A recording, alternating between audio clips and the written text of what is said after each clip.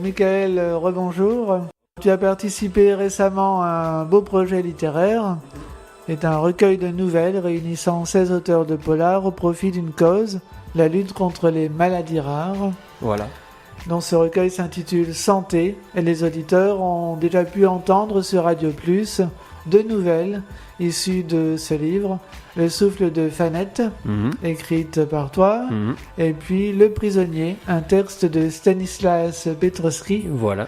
qui s'intitule Le prisonnier. Et donc Santé est édité par l'Atelier Mosésu dans la collection Les auteurs du noir sous la direction de Fabien Hérisson, que nous recevrons tout à l'heure en fin d'émission.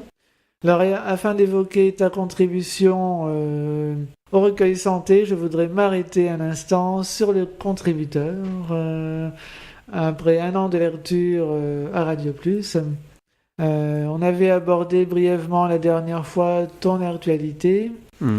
J'aimerais revenir un peu sur ton parcours. Alors, ton envie d'écrire est née au collège, je crois. J'ai pu lire que tu avais commencé à écrire une histoire sur les pages d'un cahier de brouillon. Voilà, tout à fait, ouais. En fait, c'était en CM2 et c'était sur un petit carnet à spirale et à carreaux. D'accord. Et j'ai eu la chance après au collège de rencontrer justement un professeur qui faisait des ateliers d'écriture et c'est grâce à lui que j'ai écrit mon premier roman. Et maintenant, depuis 2-3 ans, je fais des ateliers d'écriture en collège, en lycée professionnel, en établissement scolaire, en établissement spécialisé également. J'ai encadré également des jeunes autistes atteints du syndrome d'Asperger. Et donc là, j'en fais mon activité professionnelle, principale. Et j'aurais tendance à dire que la boucle est bouclée, quelque part. Puisque, voilà. Oui, on évoquera ton dernier projet professionnel après. Alors, tu as écrit dans différents supports. Des fanzines, voilà, dans des livres, bien sûr, et sur Internet, et dans des genres multiples, alors réalistes, fantastiques, policiers, jeunesse, et même de la poésie. Ouais, j'ai commis également un roman sentimental aussi. Voilà. D'où te vient cet éclectisme ? Je sais pas d'où il vient, peut-être par mes centres d'intérêt, ou voilà, mes lectures c'est quelque chose d'éclectique. Les films, j'ai pas spécialement un genre de film préféré, j'en ai, mais je m'arrête pas à ce genre-là. Donc, c'est-à-dire que là, pareil, c'est très éclectique. En BD, en livre, je peux lire Kafka comme je peux lire une bande dessinée des X-Men ou du Stephen King ou du Robin Hood. Donc, ça vient, à mon avis, de l'envie de raconter des histoires et aussi l'envie de tenter des expériences aussi, de m'amuser. Tiens, si je faisais un roman sentimental. Si je faisais un roman historique. Voilà. Encore quelques pistes à explorer. Oui, voilà, tout à fait. Ouais. Bientôt, là, je travaille sur un roman historique.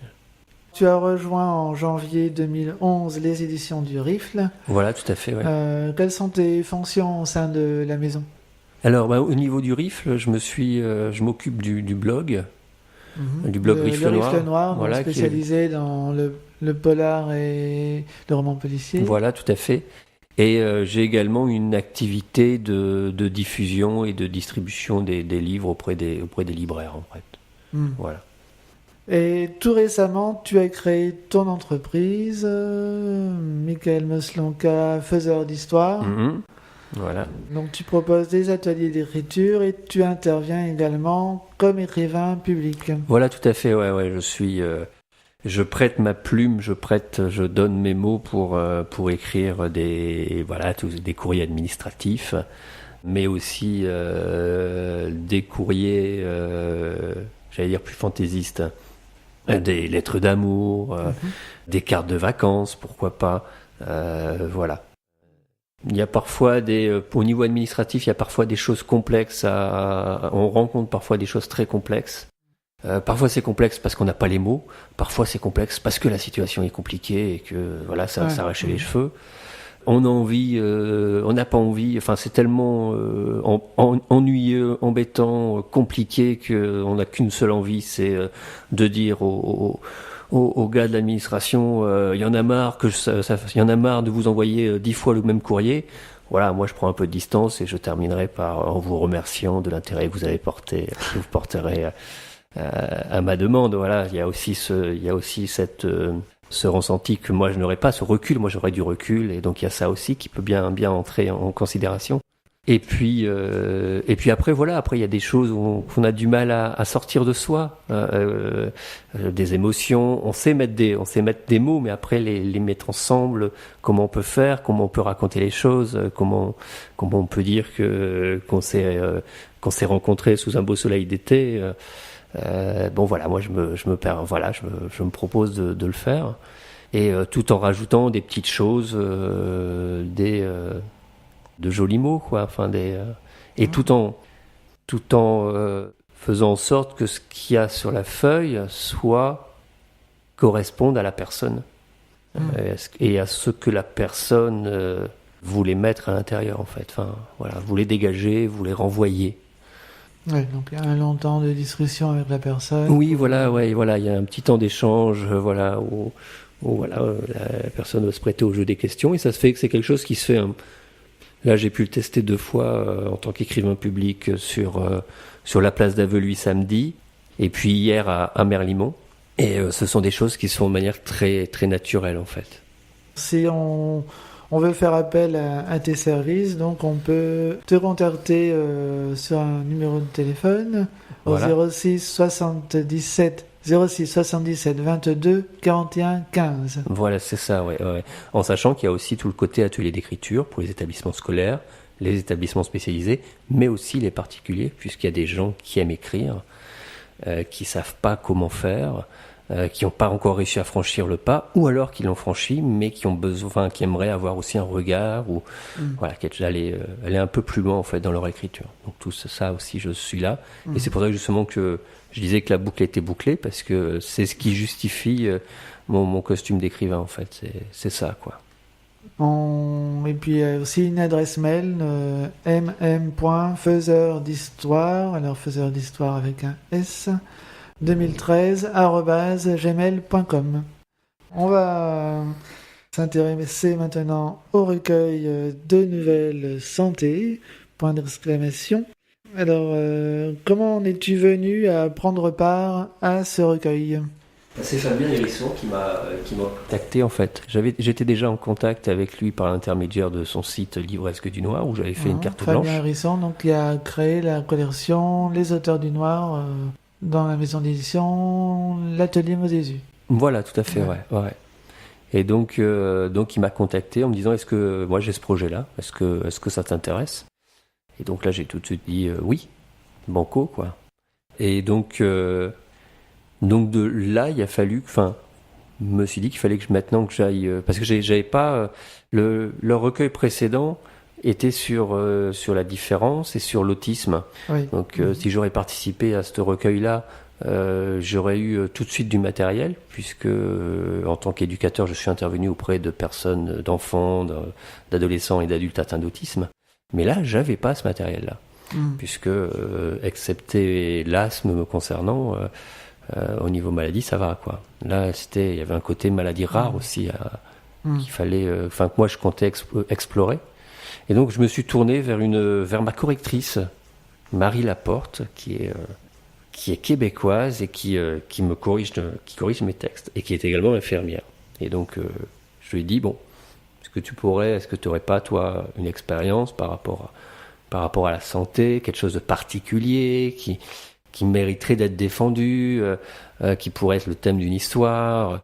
Je lui ai dit, écoute, non, excepté, j'ai ça, si tu veux. Donc, en fait, elle était en contact avec une maman dont la fille souffrait de dysplasie bronchopulmonaire, voilà, qui est une maladie qui atteint les alvéoles des poumons. En fait, il manque des alvéoles dans les poumons. Et elle me dit, tu pourrais voir un peu ce que tu peux faire, ou du moins, en tout cas, te renseigner sur cette maladie-là. Et après, bon, c'est à toi de voir. Et en fait, cette maman-là entretenait, quand sa petite fille est née avec cette maladie-là, c'était c'est un choc, quoi. Et cette maman-là avait décidé de faire une correspondance par mail avec plein d'acteurs, plein de personnes de son entourage, aussi des médecins, etc., des gens qui s'intéressaient à la maladie, puisque c'est une maladie rare. Donc voilà, donc il faut intéresser le plus de monde, il faut des soutiens, etc. Donc voilà, elle avait besoin de ça et elle parlait du quotidien, de la maladie, de comment sa petite fille évoluait, etc. Et j'ai eu accès à cette correspondance. Et par l'intermédiaire de cette correspondance-là, je me suis dit, mais oui, en fait, donc j'en ai appris beaucoup sur la maladie, sur également Donc, la vie familiale, sur ouais. Ta documentation, c'est essentiellement donc repose sur cette correspondance. Voilà, voilà, plus sur mon expérience d'un noyau d'éducateur, d'un noyau familial face à une maladie, à un handicap qui va prendre une place énorme dans la vie de famille. Où là, du coup, je sors de la correspondance qu'il y avait, puisque là, on a un noyau familial qui tient la route, avec une phrase excellente qui est le positivisme attire le positif, qui est le leitmotiv de la maman, qui, de ce fait-là, permet de faire évoluer sa fille dans le bon sens, et également sa vie de famille, finalement, puisque certes, il y a les coups durs, mais il faut les dépasser et plutôt penser positif pour pouvoir continuer à avancer. Alors donc ça a donné le souffle de Fanette. Voilà, oui, avec un côté suspense. Voilà, ouais. On va y revenir. N'anticipons pas trop sur mes questions, monsieur Mascanca. Alors, ta nouvelle s'appelle Le souffle de Fanette, donc c'est l'histoire d'une mère qui raconte les premiers mois de son enfant.